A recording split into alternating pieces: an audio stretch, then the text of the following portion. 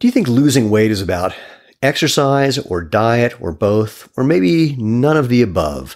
Well, I'm sitting with someone who's going to answer that question in a way that you've probably never imagined. Welcome to the Movement Podcast, the podcast for people who want to know the truth about how to have a happy, healthy, strong body. We cut through the mythology, the propaganda, sometimes the outright lies about what it takes to run, jump, hike, do CrossFit, yoga, whatever it is that you like to do, enjoyably, healthily, and betterly. That's my word of the day. Betterly, I like it. For those of you who've been part of the podcast, you might not recognize where we are. That's because I am at the home of my friend David Clark.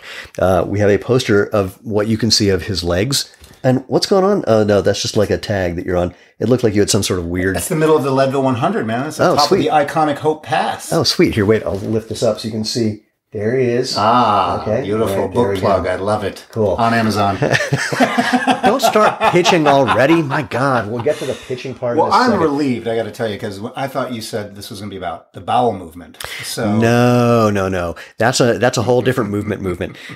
So before we jump in, just a reminder, if you're into what we're doing, obviously come to www.jointhemovementmovement.com. That's where you'll get pointers to everywhere you can find us and follow us and like and share and friend and request or review and blah, blah, blah. You know the drill. I'm not going to bore you with that because you get it. So I'm here with David Clark. David and I, just FYI, we're in his house because we just recorded an episode of his podcast, which is called the We Are Superman podcast. That they can find where?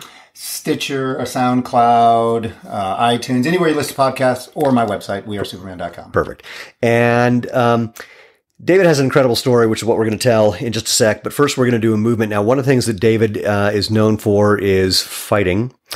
Just, randomly just picks strangers and just beats them up. Why do you do that, man? It started on Black Friday. No, I'm just kidding. I was at Walmart and I wanted that television. Cabbage Patch doll. So as we... Did I date myself? God. Well, no, I just heard, I heard comedian Dom Herrera doing a thing about Cabbage Patch dolls that I can't repeat, but if you look up Dom Herrera, that is the Cabbage Patch, but that's not what Dom does when it comes to the Cabbage Patch. It's a good idea. So we like to start with a movement, and I asked David if he had a movement he wanted to share, and what is the movement that you wanted to share? I said punching. Now, let's talk about punching from a perspective that isn't about the thing that most people think of, which is violence, etc., because I know that's not the way you think of it. So talk about how you think of it and let's have people do a thing that you want to share with them. Well, yeah, I mean, obviously punching can have all kinds of different intentions. It can be just from keeping somebody away or inflicting damage or just competition, which is what I do it. But there is a science behind it, obviously. It's not as simple as just throwing your fist in someone else's direction. In fact, that's usually the best way to get punched in the face yourself. It's just to start blindly. Well, I think someone said, it's a bar fight if someone starts with an overhand right. Yeah. And those guys, they're not going to hurt each other. No. It'll end up on the ground. It'll get messy and very homoerotic. Yeah. So why don't you do the world's fastest, punching something? And punching is actually, I think it's very interesting because it really does activate pretty much every muscle you can think of from your navel up in ways that are not from your feet. Well, if you're actually like fighting, starts at the feet and goes through your hips, and absolutely, that's the end result. But it is a really powerful thing just to be doing in general, which I find really interesting. So why don't you do the world's fastest little punching, something that people can do, even if they're maybe in their car, which is where a lot of these things happen. Yeah, I think the thing that you'd want to just connect without getting to a whole mechanics of a punch, which usually starts, like I said, from the feet up, is to just make sure that your body's connected to your punching. So when you start with your hands up, protecting your jaw, you're going to rotate into it. And then as this one pulls back, the other one goes forward. So, and actually a little nuance, pro tip, that your fist starts out in a straight motion and actually rolls over at the point of contact. This is the hardest part of your body is right here, is connected here to the elbow, to the shoulder, full extension. So those punches are just coming out. It's a very satisfying... It's a really satisfying thing. For people who aren't into the quote violence part of it, it's just a really satisfying motion because it is one of those full body motions. It is, those things. Even the people that train at the gym where I train on it, 99% of them are never going to get into a cage. They're never even going to spar, right? Much less actually fight. But there is something very satisfying about the movement. It's a flowy movement. It feels good. We listen to hip hop or heavy metal. Well, wait, we have a punching bag in our office that we got because I asked people, what they wanted. What's his name? No, we have an actual punching bag, and one of our employees though did say, if I known we were going to have a punching bag, you could have got me to work here for free. So he just loves to, there's just something satisfying about that motion and making contact. And it's not even the violent thing. There's something about just contact that I think resonates with us. I think that flows through our whole message, right? Is that it connects us to something deep within our evolution, like even running does, right? You might compete with running. You might be running away from a predator or to hunt. Right. Fighting's the same thing. It's programmed. We have to protect our families. We have to fend off our tribes. So even if you're not actually fighting, there's something that connects you. I've never been in a fight. I have gotten punched in the face once. So you were in a fight, just you didn't do well. No, I did really well. I kind of saw it happening. It was a really weird situation. I'll tell the story at another point. But I just had this weird feeling like if I just let this guy do his thing, it would all be over very quickly. And as he punches me in the face, and as I'm going down, all I could think was, that was louder than I thought it was going to be. And then I got up and it was all over. It just felt like this weird, like, karmic something. It just had to get itself resolved and we'd all be fine. There was something you just said that reminded me, oh man, I had a funny thing that popped into my head and then it fell out. Maybe it'll come back. Anyway, let's chat about why we're here. So, why we're here is that David has one of the more amazing stories that I've ever heard. I'm not going to try and tell it because I couldn't do it justice. And when you hear this, I guarantee you, I'm going to keep, by the way, moving towards the camera because I didn't bring power for my computer. Yeah, I'm going to keep doing that to make sure it stays on.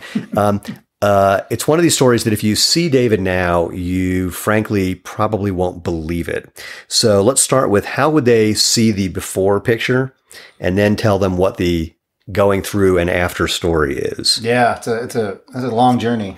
Yeah. I mean, I started, in many ways, my real life, current iteration of life started August 5th, 2005. I woke up 320 pounds. You probably went to bed 320 pounds. I have no idea. You went to bed. It's not like you suddenly. I had about 25 pounds of food in me. But it's not like you weighed 150, then you woke up 320. It's not like a Freaky Friday movie. That would be kind of cool. That would be very Freaky Friday. I woke up like I did every morning. That's what I was going for. At like I said, 320 pounds. How tall are you? I'm 6 feet tall. Yeah, that's a lot of David. Literally half now, 160 pounds.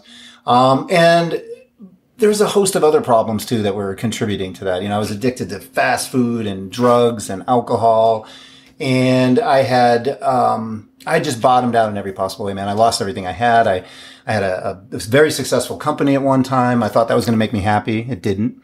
I had wife and kids and love in my life. Thought that would make me happy, and it didn't. So I had all of these great things that I was thankful for, but yet there was still something missing. And I said in my book out there that I finally came to this conclusion that I wasn't a 320-pound alcoholic by accident.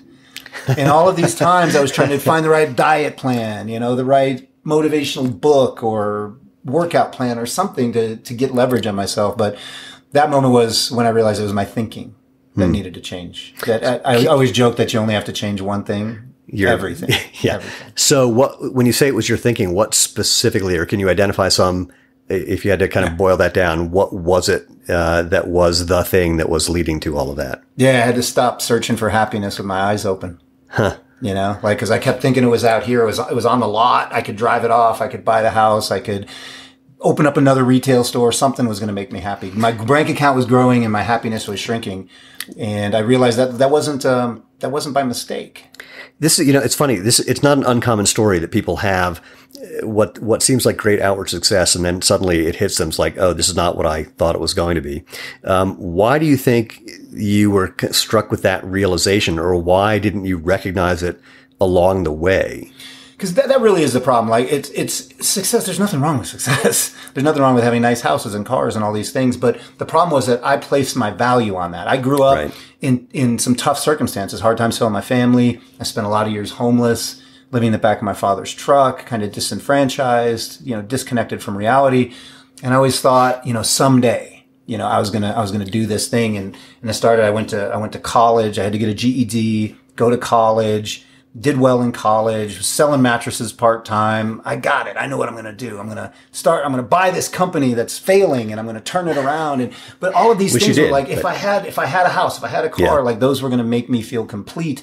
And that's the danger. Right. It's not having the houses and the cars. It's thinking that was going to be the solution. And it wasn't. I used to stay awake late at night and wonder towards the end, like, what is the secret of life that all these people seem to know? that I don't know. Because maybe it's not the secret of life, but it's definitely the secret to not drinking yourself to death. But see, that's the thing that's so funny is that if you ask any of those people Right. who you thought had the secret of life, if they thought they did, none of them would say they did. Yeah. And many of them would say the same thing, like, it's not working for me. I thought it would make me happy. I like to say that success is 4 times worse than failure, because if you get there and you're not happy, you're not happy. If you expected to be happy, then your hopes were dashed. There's nowhere to go but down, and no one likes to hear a successful person whine. That's true. Thank you. Good night. Yes. All right, now I'm going to do the camera thing again. No, and that's it, man. I bottomed out, and that's the beauty of rock bottom is that, you know, I had a tremendous amount of ego driving me too, you know, Sure. the old kind of ironic egomaniac with an inferiority complex, right? All of this is going to prove that I'm worth something when deep inside I know I'm not, or I think I'm not. It's not even ironic. I mean, that's the math. It's like, when you think that's the problem, the only real option is to try to prove the opposite. Right. Unless you investigate and discover that there's no there for it, and the whole thing falls apart. But let's move into the movement side of things. Yeah, absolutely. So you had this wake up call, and then once that happened, then what happened? So I needed something to connect me to something deeper than all of this external stuff, right? I wondered, who's the David Clark that's not a business owner, he's not a father even, he's not a son, he's just a raw human being. And I figured that I might have a good chance at finding a little bit of that if I did something with my body, physical, and something that had a big emotional attachment to it, something where the stakes were high, the emotional stakes were high. Right. And so for me, I have no idea why, but it popped in my mind to run a marathon. Which is such a common thing for someone who weighs 320 pounds to think. I didn't even know how far a marathon was. I had no idea. In fact, it's funny. I thought when I researched it and found out it was 26.2 miles, I figured no one else knew this information. This is surely lost to the ages. That's how they get you. So I got like little silicone bracelets made up that said 26.2, and I'm like, no one will know what this is. This will be my own little thing. Love it. Obviously, I had some a tenuous relationship with reality. Yeah. So, but and this was like before the days of Biggest Loser and stuff, where, you know, now you kind of see that a little bit, like people, but I didn't know. I assumed. I went to my first race, was the Turkey Trot at CU on Thanksgiving Day, and I assumed everyone there was going to be a 145-pound elite athlete, and that certainly I was going to be the only one. I think I'd lost some weight. I was 270 or something at that time, but obviously I was wrong. There are a lot of people who are there for the turkey. Yes. I'm totally serious. Actually, the turkey that I brought. No, yeah. Now, here's my favorite story about that. My friend Lorraine Muller, who was a world champion marathoner, she won the bronze in the Atlanta Marathon. She went to one of the turkey trot races because she needed the turkey. And because she was an Olympian, they put her at the front of the line. And right before the start, she looks to her left and her right, and there's 4 other Olympians who all were there because they wanted the turkey. And it's Boulder. It's Boulder, yeah, man. It really is. So, all right. So how'd that race go? The Turkey Trot? Yeah. It was one of the most amazing days of my life. Man. Oh, really? I ran every step of it. It hurt, which is kind of funny to me now, having run 40-plus 100-milers. But I'd never put myself in a situation like that before, where I was moving my body, physically using my body to create an experience that I felt was missing from my life. And I ran every step of it. It occurred to me that I probably would have been faster had I done run walk. Right. But to me, I wanted to run every step. It was 40 minutes or 38 minutes or something like that. Right. But I felt like a runner. And then how did the running evolve from there? And so actually I've got to ask this obvious question. What were you running in? I was running an Asics Gel Nimbus. Yes.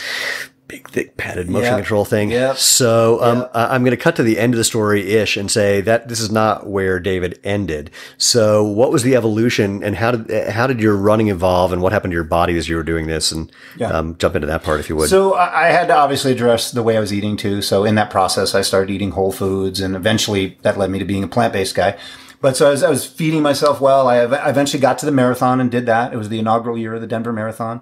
I'd lost 140 pounds over that 15 months, I think it was, getting there.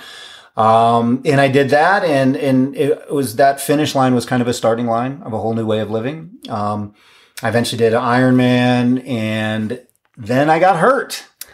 I had 2 herniated discs in my back, which had probably been there for a while, just from being overweight, and the running made it worse because I was running very poorly. And how would you define poorly? Slamming my heels into the earth. and just being disconnected from the ground and not really knowing what I was. Floppy the Clown out there. I had no idea. Was your basic idea when you first started just get to the end and you weren't paying attention to how you were doing it? It was all about managing the pain and the stress of running, right? It was like I never thought about running smoother, I mean, it was just like, can I be fit enough to move my body? Right. It was very like mechanical, and the push yourself hard, which I was. Yeah. I was working out in the gym, and I would do intervals on the treadmill, and just trying to work my body to burn calories and lose the weight I wanted to lose. But anyway, when I got hurt and I had to have spinal surgery eventually, that's when I was like, something clicked. The stakes were really changed for me. I was like, okay, I can walk away from this. I could go back to my old life and all these things, or I could, if I want to do this, I've got to treat it like it's something I need to get good at, and I've played guitar and I did well in my business until I screwed it up with drugs and alcohol, but I did well, whenever I applied myself to something, I did well at it. So I kind of became a student of it. Right. For lack of a better description. And like literally a student, yes. Or just an internal figuring it out on your own? What did you do? First thing I started doing was reading everything I could find. I read Chi Running, and I read, every book I could find by Galloway and Hal Higdon, and marathon training plans, running form. The internet was around, I think, but pretty new, but you could search, you could find books. So I just bought books and just read. And that was part of the process for me too. And so what did you get from the books, or how much were you able to apply what you learned from the books? Yeah, I think Chi Running actually did give me a picture. Right. There were some descriptive terms in there. Eventually I found Born to Run too, which helped me tremendously. I think when I was the first stages, if you will, of through 2008, when I was just recovering from my back surgery. Right. And then 2009, when I started to apply everything I've read and try to make it translate to moving my body, I was still using, running shoes, quote unquote, Nike, whatever. And, so Born to Run actually gave me the picture of actually like, what would it be like if there was no shoe? Wait, what's the name of that book? I'm going to write that down. It's probably like Doug McChristopher or no. It's actually, I'm going to put in a quick plug for people who don't know the book. And there are people who don't, it's an amazing book by Chris McDougall. And even if you're not a runner, it's just an incredible story. It really is. It's a great adventure story. There's a great science story woven into it. My wife, Lena, who is not a runner, I eventually talked her into reading it, and she, like everyone, just couldn't put it down. So if you haven't yet, please do. You will not regret it. Yeah. And that book created that picture for me. Like, what do you move like as a human machine, without anything? And that was life changing. So I did start switching to running in very minimal footwear, but I had a sufficient amount of fear still built up. I mean, I didn't buy the whole thing yet, right? Not so uncommon. I had to stick a little toe in. And so I started running once a week in minimal shoes. Right. And I spent a good year stretching that out. That's actually not a bad transition plan. Yeah. When people ask, how do I make the transition? First, it's like how to get started. And then there's if I've already got a running program, what do I do? And I go, just inject a little something and then expand that slowly, whether start at the beginning of your run in something barefoot or like zero shoes, and then add a little more time, or pick one day and then extend that. So there's a lot of ways of doing it. But whether that was intuitive or just figuring out that was the only way you could do it, that was a good way to do it. Yeah, I'd read enough to know that people get injured doing it. People go too soon. Right. They go from wherever they are. I'm running marathons, and all of a sudden I'm just going to buy a pair of Vibrams and, just go run and keep on going. the concrete as nature intended me to run. But wait, hold on. No, I know. Hold on. This is one of those things people say, we didn't evolve to run on concrete. It's like, have you ever go to the places where human beings evolved? In Moab. Exactly. And that shit, it's like a lot of that hard packed dirt is practically concrete. But my point was just being that people were out there hurting themselves because they were trying to do too much too soon. Yeah, they were just trying to make the switch immediately from doing 10 miles a day in big, thick padded shoes to 10 miles a day, essentially barefoot. And some people are able to do that and that's the problem. There are a few people who had perfect form. They were really great and they were able to do that, and they ruined it for the people who needed to learn a new pattern of running, a new gait style, which does take a little bit of time to do that. So anyway. And I was operating off of the database that I just created, right? It took me a while to get to a marathon, so it's going to take me a while to get to running barefoot or minimal. The flip side, I was on a panel discussion when the barefoot thing was just taking off, and there was a bunch of physical therapists who were all saying, well, it could take you like 3 years to develop the ability. And I finally said, how many people in this room have run at least a mile barefoot on concrete or a road? And I raised my hand and no one else did. Right. I said, you guys, you're making up a story that based on no information whatsoever. You don't even have any, you haven't even been doing this thing long enough. The whole barefoot thing hasn't been around long enough for you to have had anybody come through your clinic for 2 years or 3 years. So it's just this idea that they had come up with that, I've never met anyone who couldn't make a successful transition to at least, being comfortable running barefoot or in something truly minimalist much, much quicker. And then it can take time. It takes time to develop, but it's not like, you're not going to be able to do it for 2 years. Right. Because the magic's not in it. You have to learn to run differently. And, and I think a lot of people missed that somehow. They just felt they changed shoes and still kept running the same way. Well, annoyingly, in the very early days of the minimalist movement, that was the way it was positioned by companies like Vibram, even where people thought, well, let me say it differently. The big shoe companies have basically trained people to think that it's all about the shoes. You get this new magic shoe and everything's going to be great.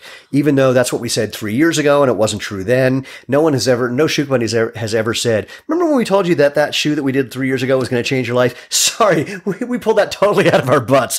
This one, though, this one's the real deal. Believe me this time. Yeah. So we're all kind of programmed for that. So it's not surprising that that's the way people took the whole minimalist thing. Sure. And I was actually told that the correct way to run was to hit on your heel. Oh, really? And then roll forward and then push off. Right. I was told that by people in the running industry, the running shoe industry, whatever.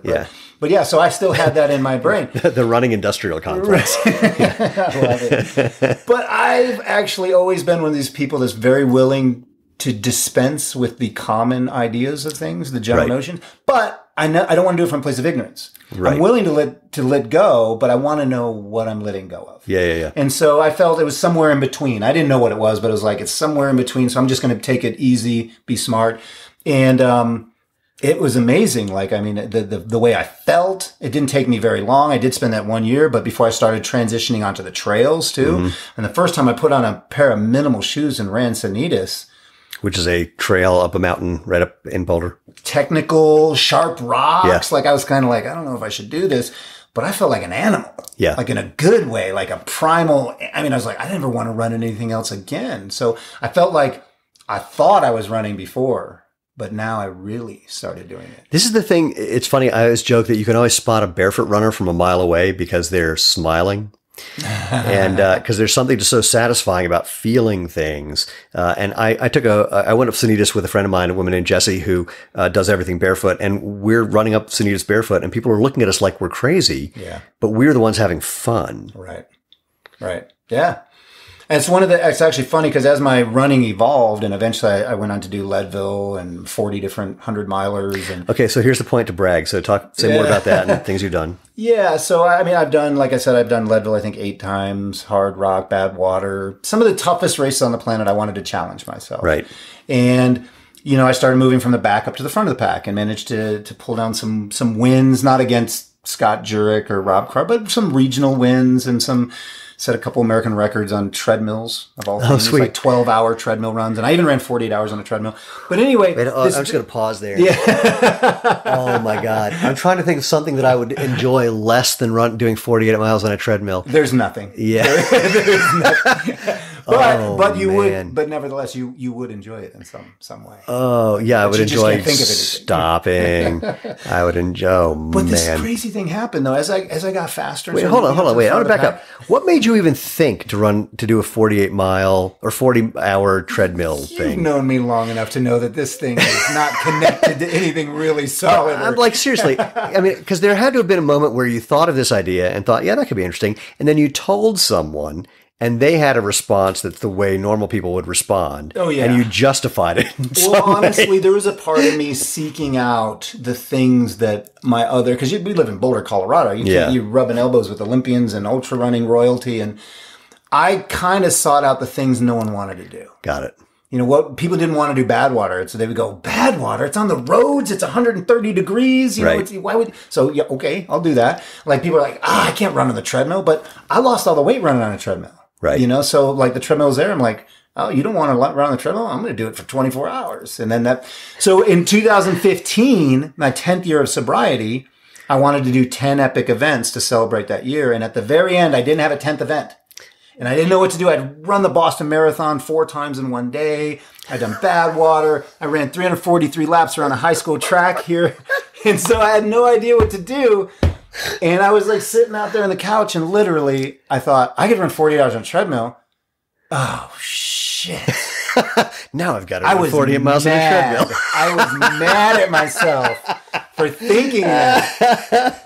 But, you know. I love it. What do you do? But what I was going to say, honestly, as I started moving up to the front of the pack, this great thing happened. You know, people would recognize me a little bit and they'd go, so there's this expectation. Right. And you can't run through an aid station like this when people are expecting you not to.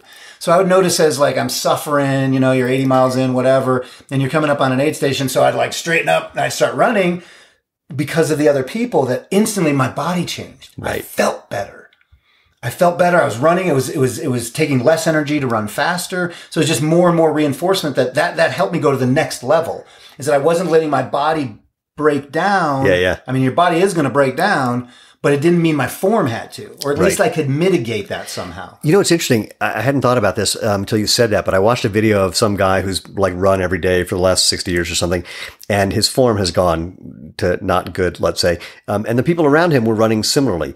And when you do look at people running ultramarathons, a lot of them, it looks like, they couldn't be having less of a good time. And I can imagine there is this like unconscious thing where you get the idea that that's the way it's supposed to be. Yes, you just accept it for no reason. Right. And then to question that, I imagine is a revelatory phenomenon. The best compliment I ever got, I ran across the country in 2016 with 5 friends who are all ultra runners. We did this together for mental health awareness, which is ironic.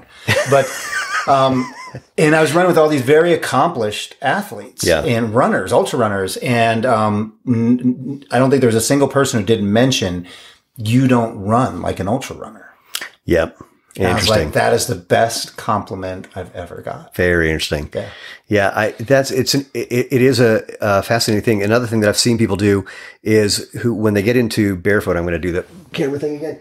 They get into barefoot or minimalist, and they have the idea. One idea they get is I'm supposed to land on my forefoot.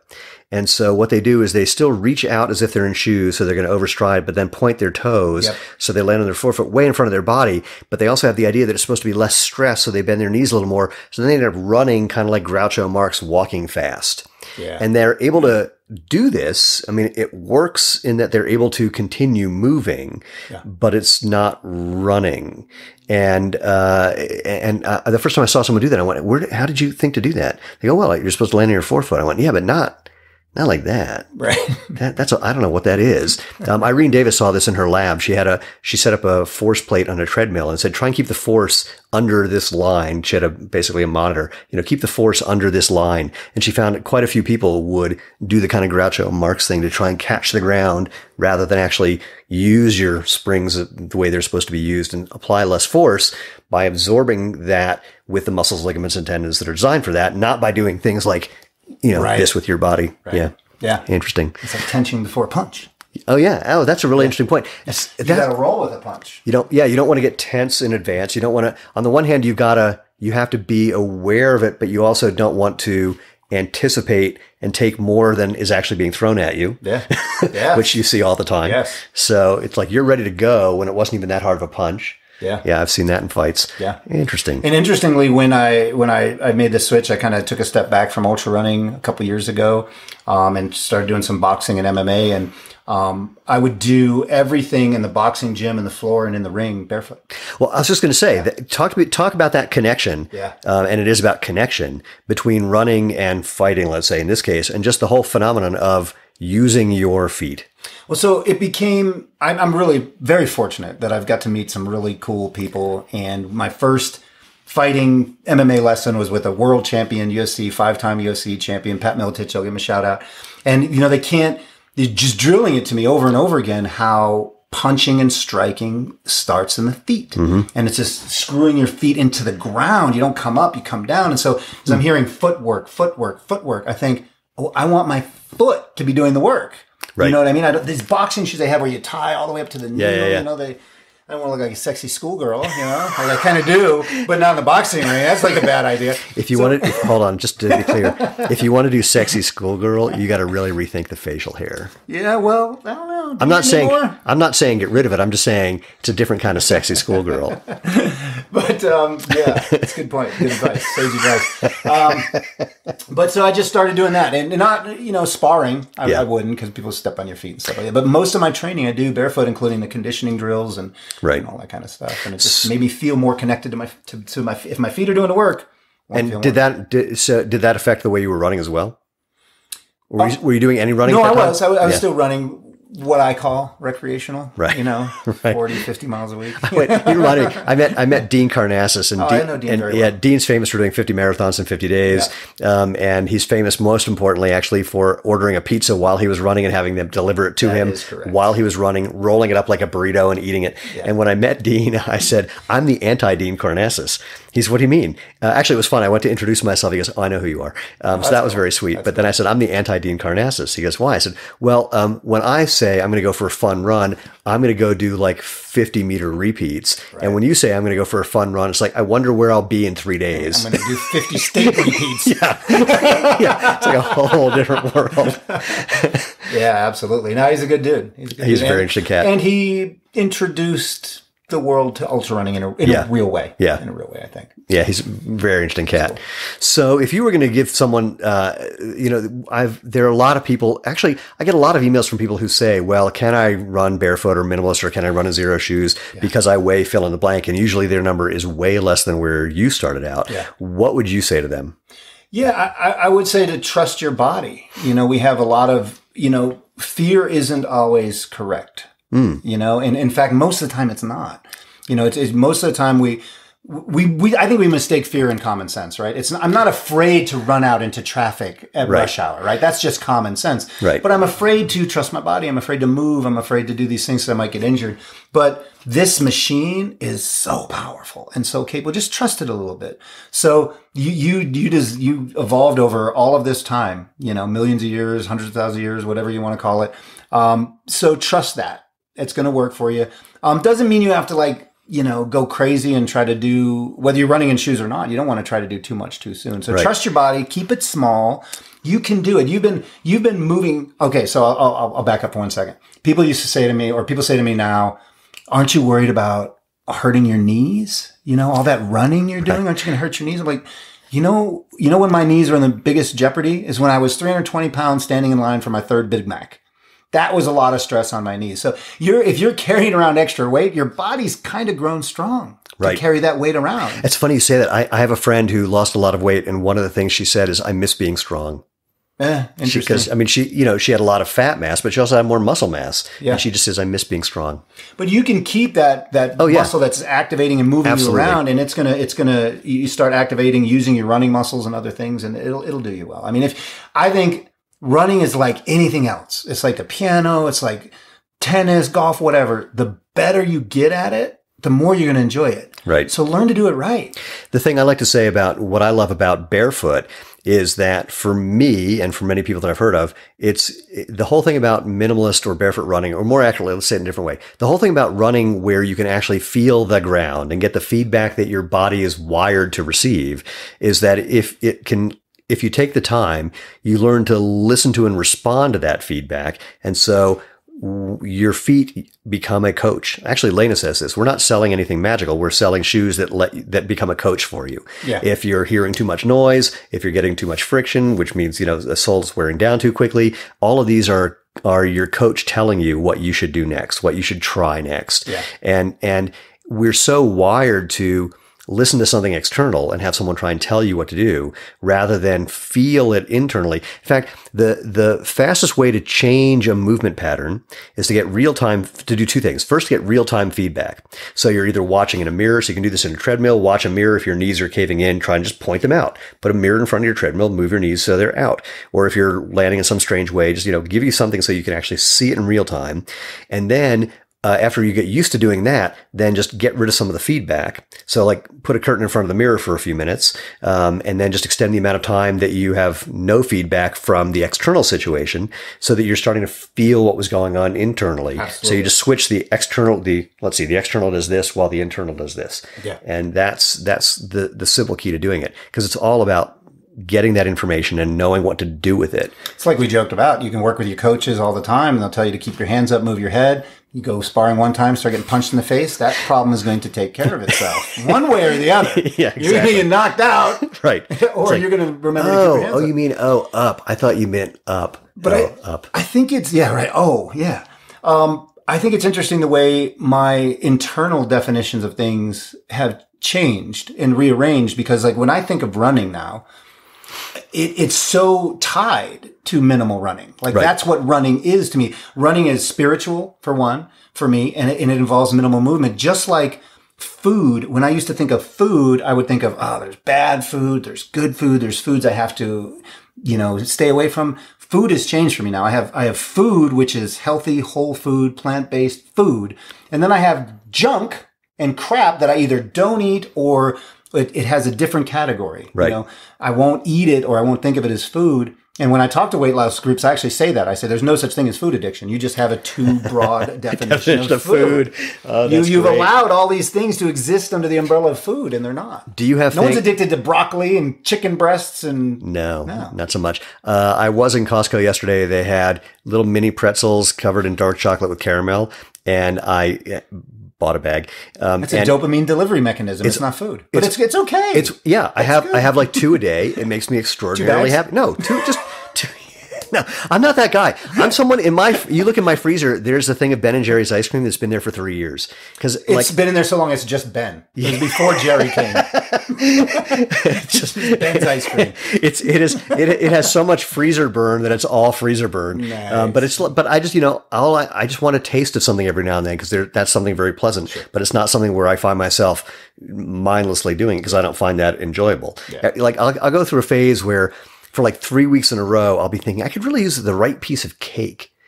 And I never can find it. It never shows up. And then either the whole thing goes away, or on week 3, I go, I know where to get that. And then I go have a piece of cake and I feel extremely happy. And then that's it. Whereas for me, there was no such thing as the wrong cake. No, I got to tell you here's my favorite cake story. When I was living in New York City, I was doing. How many do you have? At least 2 that I can think of. No, 3 actually off the top of my head. But this is my favorite. So when I was living in New York City, I was doing stand-up comedy for a living. I'd be coming home 1, 2, 3 in the morning. And I was always looking for just like a piece of chocolate cake, in part because I was on my bicycle for 20, 30 miles a day, just getting around town. And I just needed calories. Right. So I was eating donuts and cake because I just needed calories. Yes. So I finally found this one corner deli place right like 2 blocks away from where I lived, and right by the counter they had these little things of cake that were wrapped up in saran wrap, and they were $1 a piece. And I went, what the hell? I'll try one, and it was just my favorite. It was incredible. And one day they didn't have any, and I said to the guy behind the counter, where's the cake? And he goes, it's over there. And I went and looked, and I went, I'm not seeing it. He goes, yeah, right there, over there. And I'm looking, I walked back. I said, I don't see this. Right there, over there. And I go looking, and I don't know why he spoke with that accent. He was from New York. Right. No, it's not true. It's a Jewish girl. Exactly. So he keeps pointing me over there, and I'm standing there, and I'm going, I don't know what you're talking about. The only thing here is a bunch of boxes of Entenmann's chocolate. Oh my God, you're cutting up an Entenmann's chocolate cake into 8 pieces and rewrapping them and selling them for $1 a piece. It's a $3 cake. And I thought I didn't like Entenmann's chocolate cake. So, of course, I started buying the entire cake. But the joke is... Discount. That's right. And the joke is it lasted longer because I didn't need that much. I needed like half that much. So it was best deal ever, which is the perfect kind of thing for a Jewish deli to find, is a good deal on chocolate cake. So you can have your cake and you don't have to eat it either. Yeah, I saw that you started that and it was going to peter out quickly. It's like, I don't know where this is going to go. Yeah. So any other thoughts that you want to share just about what you here's a crazy one. For someone who's thinking about doing an ultra for the first time, what advice would you give them? First of all, you have to come to grips with the fact that if you're thinking about it, you've already decided to do it. So surrendering, acceptance. I've thought about it, but the thought is I don't want to do that. But so you haven't thought about doing it, you've thought about not doing it. That's correct. I've spent a lot of time thinking about not doing distance. Hey, why the hell not? Do it. Do it. Like, life's too short. Like, if you're thinking about it, if that sounds appealing. No, if life's too short, you should be a sprinter. I get my running done in a much shorter period of time. It's really, running is life. Whether you do it for small increments of life or long increments. I'm okay with that. Yeah. No, somebody asked me, I was interviewed for a documentary. They said, what are you going to do when you can't run? And I literally sat here like this for about 30 minutes going, wow, that is the most depressing thing I've ever thought of. Yeah. And actually right now I'm having some trouble because I'm having spinal issues, and it's, so I can only get a little bit in before one of my legs goes wonky because of my spine. But in fact, my training partner said to me today, she says, I can't believe you still come out every week. I went, I have to. I mean, I'll do as much as I can, because what else would I do? Yeah. So I really enjoy that, and the fact that it's, a mild tweak in my spinal cord. It's like, all right, whatever. I have kind of a different take, man. I just think like, I think that inevitably I won't be able to run. I'm like very aware of that. So I enjoy it. I mean, I really take the time. Every time I go up Bear Peak, which is my favorite run here in Boulder, I touch the little marker and I go, it's not today. Nice. Which makes, because I just came off of a really bad injury too with tearing my Achilles, and it made it peaceful to get through that because I was so present in all the times I could go up there that it's hard to retroactively be grateful, right? Like, that's true. If you do it in the moment, it's a lot easier. So I was like, oh, I can do other things. Like, I can find happiness in moving my body. I can go to the gym. I can swim. I can do other things. No, exactly. In fact, I have been thinking about it because there's a high probability that I'm going to have to get my spine fused at some point. And so I won't be able to run for a couple of years. And I'm thinking, what am I going to do? And I've actually started getting back into some things that I really enjoy. Other kinds of movement, I've gotten back into archery, which I find terribly entertaining because it's all about intermittent reinforcement. It works great for a moment. And you're a vegan archer. You could be the vegan archer. I have to tell you, when I go to the archery range, you would not be the only one. It's Boulder. I got to tell you, no. Actually, I go to the range in Broomfield, and I have to tell you, it's one of my favorite places to go because the range of human beings that you see in an archery range, pun intended, is incredible. There's, goth chicks and crazy hunters, and not that all hunters are crazy, but these guys are crazy, and everything in between. Little kids, old people. It's the most eclectic group of human beings I've ever seen in this area, and I love that. Natalie Portman and Ted Nugent. That's really what it's like. That is really what it's like. It's so much fun. So I do think about that. I think about, there are a couple guys that I know who are paraplegic who are wheelchair racers. And it's like, can I get in your chair? Because that looks like that would be really fun, frankly. Right. And screw you. No, they're like, yeah, I'm in. So they're all into it. I'm the guy who walks, if somebody's in a wheelchair, like an electric wheelchair, I'm the guy who walks up and go, how fast can I go? So I had Gabriel Cordell, not to go off on a tangent, on my podcast. He's a guy, he rolled his wheelchair across the country. Oh, no. Unmodified wheelchair. Just a regular. Wow. Yeah. Oh, that's sweet. Crazy. That is really outrageous. Yeah. There are a couple of times going down the Tetons where that could have been a little hairy. Yes. There's a documentary on Netflix called Roll With Me. Oh, really? Yeah. Oh, okay. I'm going to have to look for that. Oh, that's a blast. Anyway, so advice. So if you're thinking about doing it, you've already decided to do it. Do it. I think just do it, man. Like, what are you waiting for? Like, we're so strong. We're so capable. We just got to believe in ourselves. Like, a tiny little belief can turn into something unimaginably beautiful. I'm flashing back. I was at a talk that Tony Kropitschka did about ultra running, and some guy said, I've run a 50-mile race and I want to run a 100-mile race. What do I need to do to train? And Tony said, nothing. Yeah. It's all in your head. Absolutely. Yeah. Yeah. Sweet. That's it, man. All right, anything else you want to leave our friends with? No, that's it, man. That was easy. You know how to find me. We Are Superman on all social media, Twitter, Instagram. My website's all wearesuperman.com. It's not me, it's you, we. How sweet. So thank you for being part of the Movement podcast and being part of the movement, because we are creating a movement for people who understand that natural movement should be as obvious a thing as natural food is right now. So join us at jointhemovementmovement.com, where you can find links to all the other places you can find us. And if you have anything you want to share, anybody you think you should want to have on the podcast, or if you want to be on the podcast, send an email to move@jointhemovementmovement.com. And as I love to say, if you want to be part of the tribe, please subscribe and live life feet first. Swing and a miss.